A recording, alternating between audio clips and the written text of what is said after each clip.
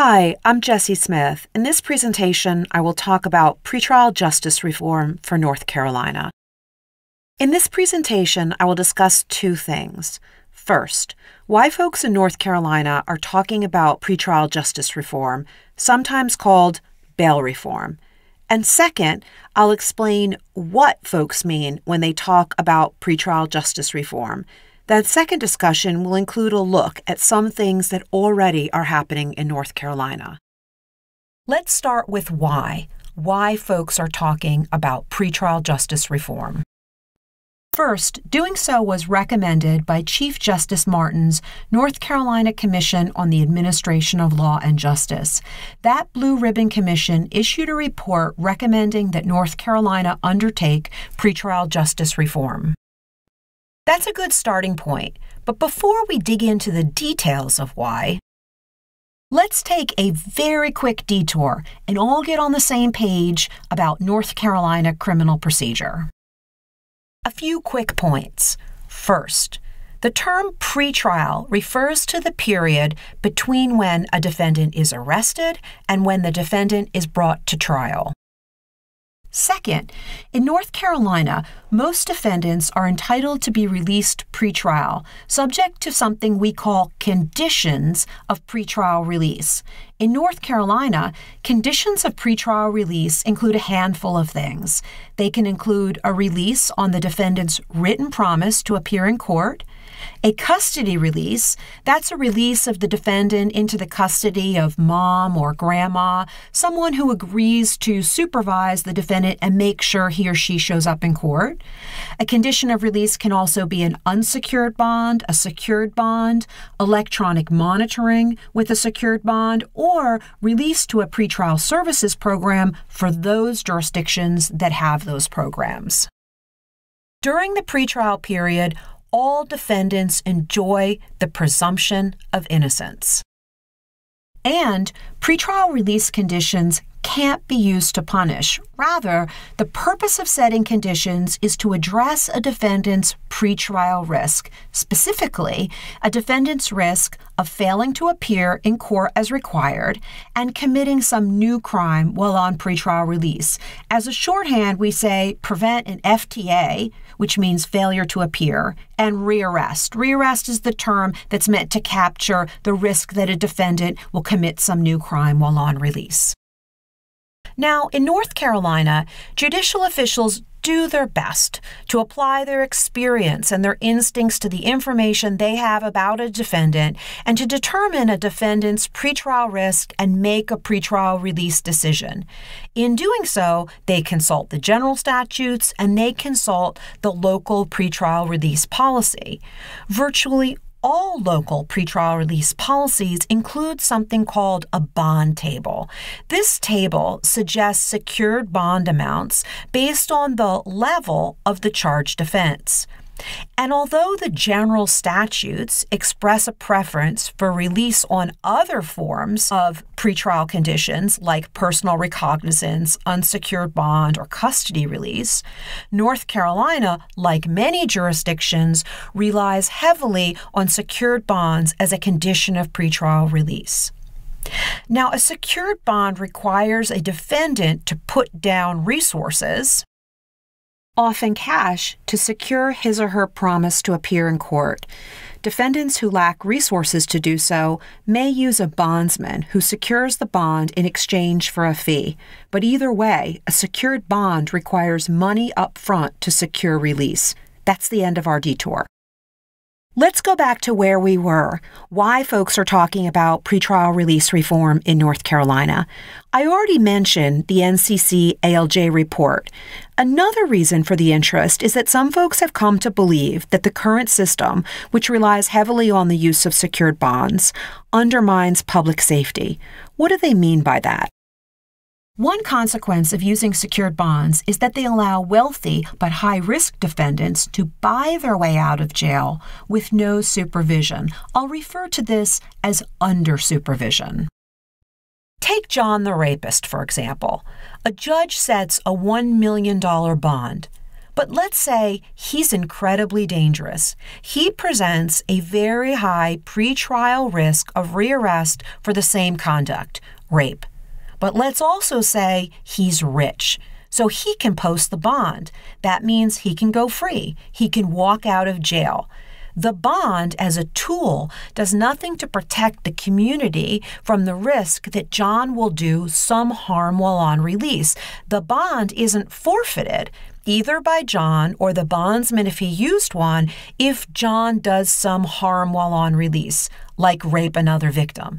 The bond is only forfeited if John fails to appear in court as required. Thus, folks say, the bond creates no incentive for John to engage in good behavior or for the bondsman to supervise John to prevent new criminal activity. So they argue secured bonds don't adequately manage the pretrial risk that John presents, that he'll do some harm while on release. And in this way, the system, with its heavy reliance on secured bonds, it's argued, undermines public safety. It lets wealthy but high-risk defendants like John buy their way out of jail with no supervision. At the same time, the system undermines public safety by over-supervising low-risk defendants. What do I mean by that? Well, we often put pretrial restrictions on even very low-risk defendants, such as requiring reporting in and drug testing. But some research indicates that low-risk defendants succeed on release, meaning fewer failures to appear and rearrests, more often when they're released without these extra requirements. And that placing conditions of release on these defendants actually worsens their odds of success, undermining community safety. So it's argued when we over-supervise low-risk defendants, we actually create more pretrial failures, undermining public safety. And some evidence shows that pretrial detention creates crime. A lot of people sit in jail pretrial for some period because they can't pay their secured bonds. We'll get back to that in a minute. A number of studies have shown that low-risk individuals who are detained pretrial, even for short periods, are more likely to commit new crimes following release. Amplifying that research, some point to a recent study showing that pretrial detention actually causes more crime. Using detailed data on 380,689 misdemeanor cases in Harris County, Texas, the third largest county in the U.S., that study found that although detention reduces criminal activity in the short term through incapacitation through detention, by 18 months post-hearing, detention is associated with a 30% increase in new felony charges and a 20% increase in new misdemeanor charges. Importantly, the study found that these differences persist even after fully controlling for the initial bail amount, offense, demographic information, and criminal history characteristics. Research is developing in this area, but this study, which was cited in an important new federal case that we'll discuss in a few minutes, has amplified concern about the negative impacts of pretrial detention.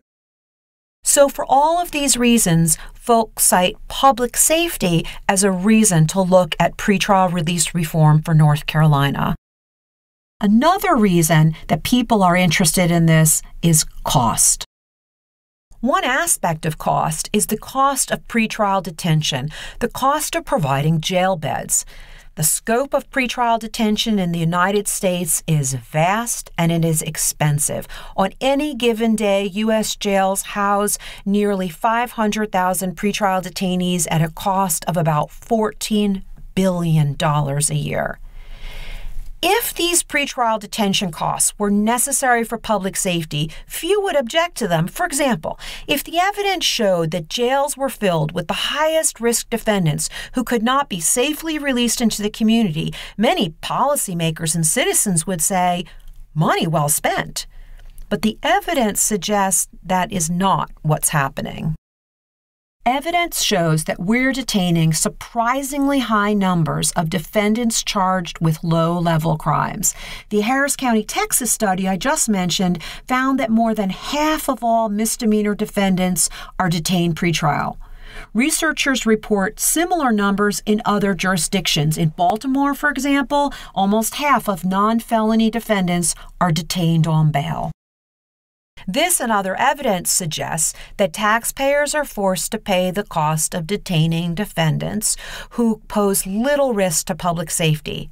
Put another way, it's argued we're spending vast amounts of money detaining the wrong people.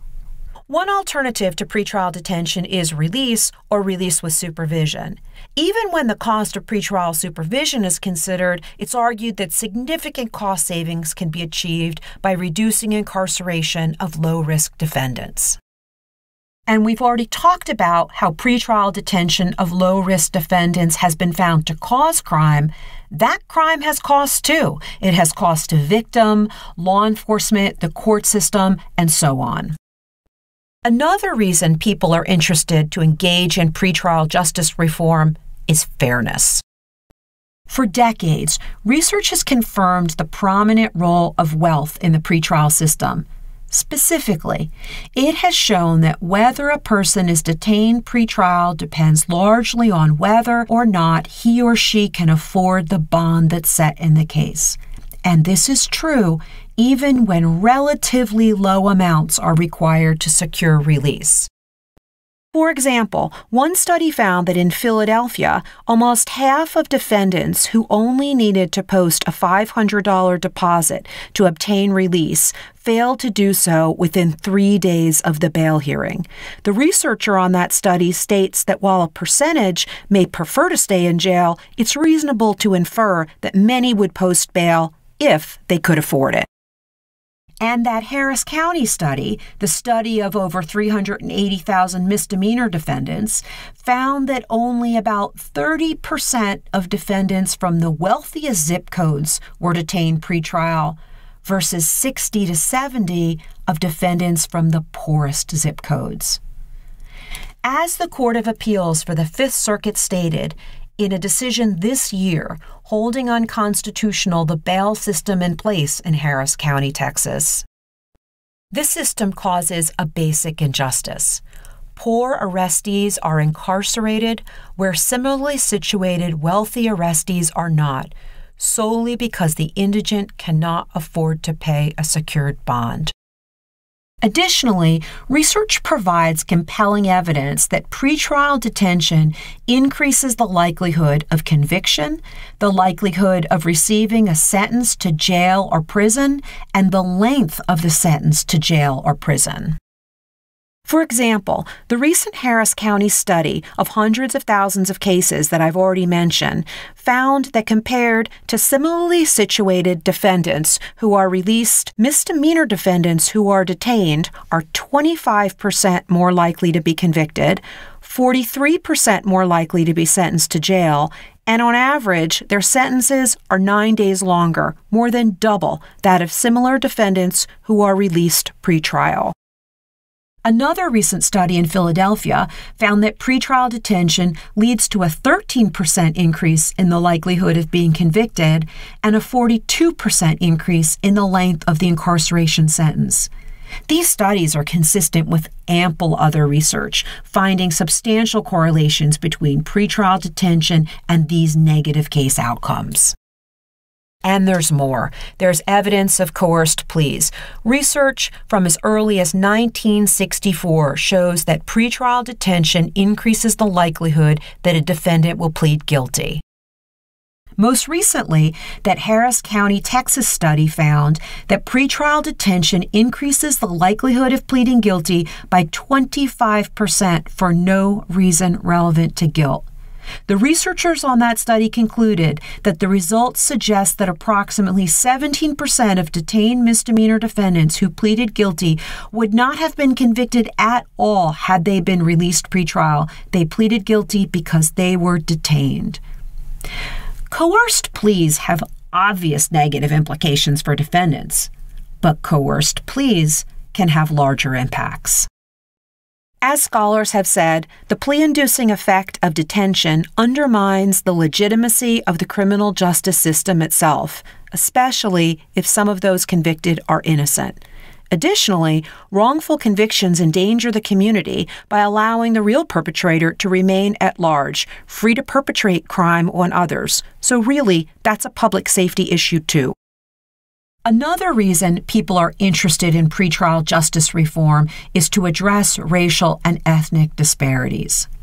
Nationwide, Black defendants make up 35% of the pretrial detainee population, despite constituting only 13% of the U.S. population. And in North Carolina, this 2017 fact sheet about Mecklenburg County indicates that in that North Carolina county, despite making up about 33% of the local population, African Americans and Hispanics make up 76% of the jail population. And in fact, racial and ethnic disparities in pretrial outcomes have been well documented in the literature. A final reason why people are interested in pretrial justice reform is litigation risk. Earlier, I quoted from a decision of the U.S. Court of Appeals for the Fifth Circuit. This is that decision. It's from June of this year.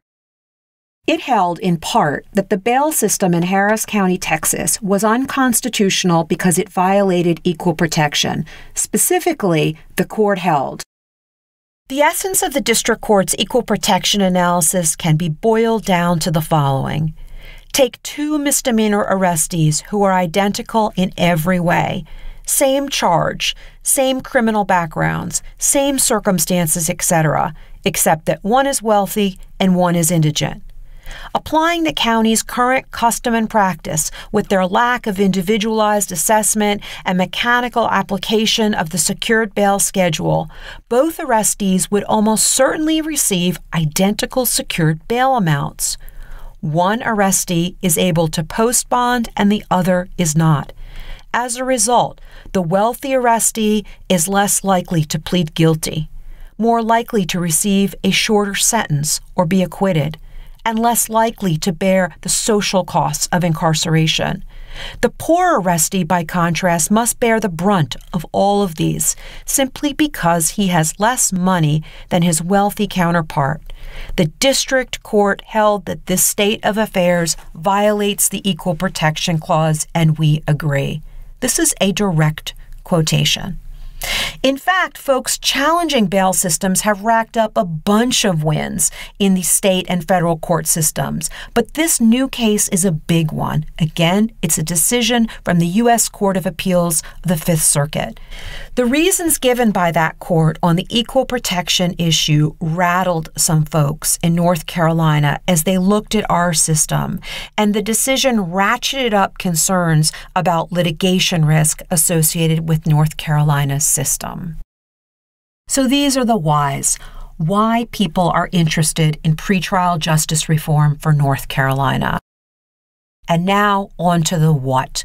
What are people talking about when they say pretrial justice reform? As I see it, most of the ideas for pretrial justice reform fall into one of 5 categories. First, implementing procedural best practices. This includes a bevy of things. I'll highlight a few here. First, encouraging the use of a citation or summons for low-risk defendants. The pretrial decision only kicks in once there has been an arrest. And there are times when arrests are needed, but there are also times when they aren't needed. For when they aren't needed, when it's a low-risk defendant, such as a first offender with a minor misdemeanor, encouraging the use of a citation by the officer or a summons by the judicial official will both help keep people out of pretrial detention as well as free up resources that can be used to do a better job of dealing with the other folks. Jurisdictions are already experimenting with this. For example, I spoke with an official in Charleston, South Carolina 2 weeks ago who told me that their officers are using a 3-question risk assessment tool to decide whether a person should be cited or arrested. Next, because of the significant consequences of pretrial detention, national standards and scholars have recommended that defense counsel participate as soon as possible in pretrial release proceedings. And because the prosecutor may have important information to add about the strength or weakness of the case and about the defendant's pretrial risk, the prosecutor also should participate as soon as possible. Currently, none of those folks are involved at the first pretrial release decision in North Carolina, which typically occurs before the magistrate. Another pretrial release best practice is prompt review of a magistrate's pretrial decision. Under current North Carolina law, felony defendants who are detained pretrial by a magistrate are entitled to a first appearance before a district court judge within 96 hours of arrest. However, no statute entitles defendants charged with a misdemeanor and detained pretrial by a magistrate to a similar review. Although some North Carolina jurisdictions provide for first appearances for misdemeanor defendants, even though they aren't required to by the statute, many do not. For jurisdictions that don't do that, defendants charged with misdemeanors can spend more time incarcerated pretrial than they could possibly receive if found guilty on the charges. So, the best practice is prompt review of the magistrate's pretrial decision for all defendants. Yet another procedural best practice is to create a feedback loop. Magistrates and judges who set bail may not be fully aware of how their decisions translate into detention rates. It may surprise some to learn how high detention rates can be even at relatively low bail amounts.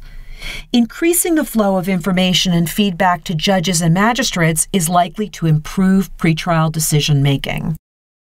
One more example of a procedural best practice is to implement a court date reminder system. There are many reasons why a defendant may not appear in court beyond willful flight from justice. A defendant may not know when his or her court date is, particularly if it's been continued once or twice. The defendant may have forgotten about the court date or struggle to make adequate preparations, such as transportation, childcare, or time off from work. For these defendants, court date reminder systems in the form of phone calls or automated text messages may greatly increase appearance rates. This simple tool has proven to be very effective at reducing failures to appear. Thus, it's been recommended that for all defendants, they should get a court date reminder. There are other procedural best practices, but let's stop there and move on to other big categories of pretrial justice reform ideas. A second strategy for pretrial justice reform that people are discussing is developing a better way of assessing risk. One way to do this is with more robust pretrial release proceedings. Currently, pretrial release proceedings in many jurisdictions are shockingly short, taking only a few minutes per case. It's hard to imagine that in such a short period of time, a judicial official can effectively evaluate risk of flight, risk of serious crime, whether conditions are necessary, and if money bail is used, ability to pay. Taking more care in bail hearings is likely to improve the decision-maker's ability to evaluate risk and determine appropriate conditions. Slowing down these proceedings, absent other changes, may increase costs, but if this change is implemented along with other recommended changes, like using a citation and summons in lieu of arrest, fewer bail hearings overall will be required. We've also talked about early involvement by defense counsel and the prosecutor. Doing this would also improve the information at bail proceedings. Because of the negative consequences for defendants and for the community of pretrial detention, jurisdictions are looking for better screening tools to immediately release certain classes of defendants whose detention would cause more harm than good, and to better measure pretrial risk posed by other defendants. Some jurisdictions are looking at simple charge-based tools. Other jurisdictions are using actuarial or empirically based tools that calculate a defendant's pretrial risk based on a set of factors that have been tested for predictiveness. The issue of using empirically based tools is complicated for several reasons. First, there's the issue of creating a tool that's sufficiently predictive. Second, there's the practical issue that most of the tools require information that's not so easily obtained from existing systems. And third, there are concerns that such tools are inherently unfair. These tools have been implemented in a number of jurisdictions, and the literature is developing about their effectiveness. The third component of pretrial reform is right-sizing risk management strategies. Right-sizing pretrial risk management means consistently employing evidence-based practices to better match pretrial release conditions to the defendant's level of risk. Put another way, the goal is to ensure consistent imposition of conditions of pretrial release that have been empirically assessed to minimize the defendant's identified risk. We've already talked about how we're currently both over and under supervising defendants pretrial. The goal here is to get that right by carefully examining which tools work best for which defendants without producing the set of negative consequences that we discussed. That includes looking carefully at the effectiveness of, for example, electronic monitoring, check-ins with pretrial services, substance use services, shelter housing, etc. Again, the goal is match the risk management strategy to the defendant's risk. So, no more over and no more under supervision. This next component, rigorous evaluation, is incredibly important. It's important not just to determine whether reforms are working vis-a-vis pretrial risk, failures to appear and rearrest, but also to make sure that we're not creating or exacerbating other problems like racial disparities. And finally, to do this most robustly, we would need some statutory changes. I have a list of a number of items folks might want to consider. I'll mention 3 here. Require a first appearance for all in-custody defendants. As we've discussed, current law only requires a first appearance before a judge for in-custody felony defendants, but we keep a lot of misdemeanor defendants in jail pretrial. The law doesn't require a first appearance for these defendants. Some jurisdictions do it voluntarily, but many do not. In jurisdictions that don't, stakeholders report that misdemeanor defendants can spend more time incarcerated pretrial than they could ever get as a sentence if found guilty. Another potential statutory change is much more complicated: a constitutional preventative detention statute. I already mentioned that if you're rich, you can bond out of jail and go back to your life without any monitoring whatsoever. Some of those defendants may well be too dangerous to be out of jail pretrial, but we don't have a constitutional detention scheme in North Carolina to keep them in custody pretrial. A big note of caution on this one. If you're going to enact such a procedure, there has to be a valid means for assessing a defendant's risk. If there's not, you could have a bunch of problems. Just one of those is you could end up with even more detention than you have now. Next, repeal provisions that allow defendants and others to opt out of conditions set by a judge. Under current law, a defendant has the option to refuse certain conditions, even if a judicial official determines that these are the most appropriate conditions given the defendant's pretrial risk. Put another way, the defendant controls the pretrial release options. For example, a defendant ordered into a custody release can refuse that form of release and elect for a secured bond instead. These are 3 statutory issues that people might want to look at. There are other statutory issues that we could talk about, but I'll stop there for now. I've just described, with a broad brush, 5 different categories of pretrial justice reforms. Let's now talk about what's going on in North Carolina. A bunch of jurisdictions already are moving forward. I'm working with stakeholders in Haywood and Jackson counties on several reforms that they will be implementing, including increased use of citation and summons for low-level and nonviolent offenses, a pilot project with the North Carolina Indigent Defense Services to provide for the early involvement of counsel in pretrial decisions, prompt first appearances for all in-custody defendants, not just felons, changes to local pretrial release policy, including replacing the existing bond table with a more nuanced decision-making flowchart that focuses on the defendant's characteristics and the nature of the charged crime. Also, instituting detention bond hearings for defendants who are intentionally detained pretrial. Mecklenburg has been more active on this issue than any other North Carolina jurisdiction. They've adopted actuarial risk assessment, and they've adopted a decision-making framework to guide judicial officials' pretrial decisions based on assessed risk. Among other things, they're working on automating risk assessment procedure and on developing a better model for responding to failures to appear. In part, they can do all that because their resources are very different than the counties in western North Carolina that I just mentioned. Those western counties have neither a public defender's office nor pretrial services, and that lack of resources impacts what they can do compared to Mecklenburg. Orange and Durham counties have experimented with risk assessment. Additionally, Durham has piloted a court date reminder system. Buncombe has created a new feedback loop tool, a dashboard for understanding who's in their jail, why, and for how long. And I heard one official report that just having that information has changed practice. There's lots more that's happening, and there's lots more that can be done.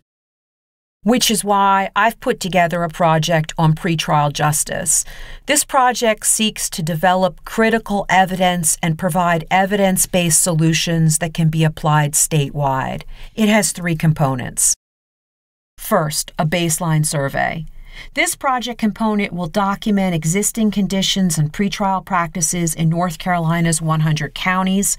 Among other things, it'll establish a baseline for measuring impact of changes and assess data sources for evaluations. Phase 2 involves 2 foundational studies that are essential building blocks for reform. The first will look at the effectiveness of the pretrial conditions we currently use in North Carolina in terms of core pretrial metrics.